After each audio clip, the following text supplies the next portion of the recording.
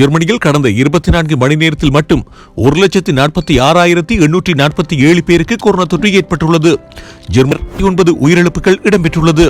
தீவிர அவசர சிகிச்சை பிரிவில் புதிதாக 2,494 பேர் அனுமதிக்கப்பட்டு சிகிச்சை பெற்று வருகின்றனர் என்று ரோபர்ட் கோக் இன்ஸ்டிடியூட் இன்றைய தினம் அறிவித்துள்ளது.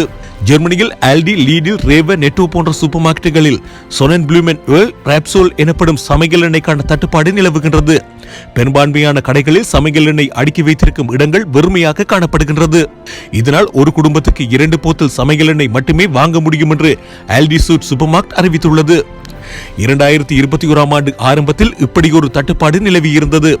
இதனால் மக்கள் அதிக அளவில் பொருட்களை கொள்வனவு செய்திருந்தனர்.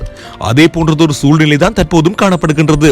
தற்போது யுக்ரைனில் இடம்பெற்று வரும் அசாதாரண சூழ்நிலை காரணமாக இந்த தட்டுப்பாடு நிலவுகின்றது என்று கூறப்படுகின்றது.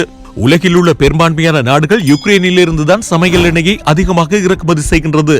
இதனால் தற்போதைய சூழ்நிலையில் அவற்றை ஏனைய நாடுகள் பெற முடியாத நிலை காணப்படுகின்றது. அத்துடன் கோதுமை மாவை அதிகமாக ஏற்றுமதி செய்கின்ற நாடாக ரஷ்யா காணப்படுகின்றது. இந்த நிலையில் ரஷ்யாவிடமிருந்து கோதுமை மாவை ஏனைய நாடுகள் பெறுவதில் சிக்கல் நிலவுகின்றது. மைஸ் எனப்படும் சோளனை ஏற்றுமதி செய்யும் நாடுகளில் முதல் 4வது இடத்தில் யுக்ரைன் காணப்படுகின்றது. 1.7 மில்லியன் டன் சோளன் மற்றும் 5 மில்லியன் டன் கோதுமை மாவும் ஏற்றுமதிக்காக தயார்படுத்தப்பட்டுள்ள நிலையில் அங்குள்ள துறைமுகம் மூடப்பட்டதனால் ஏற்றுமதி செய்ய முடியாமல் தடைப்பட்டுள்ளது.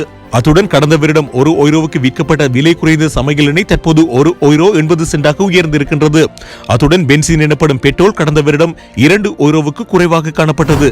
ஆனால் தற்போது €2 தாண்டி இருக்கின்றது. இந்த விலை மேலும் அதிகரிக்கலாம் என எதிர்பார்க்கப்படுகின்றது என்று ஆன்லைன் போகஸ் இன்றைய தினம் செய்தி வெளியிட்டுள்ளது.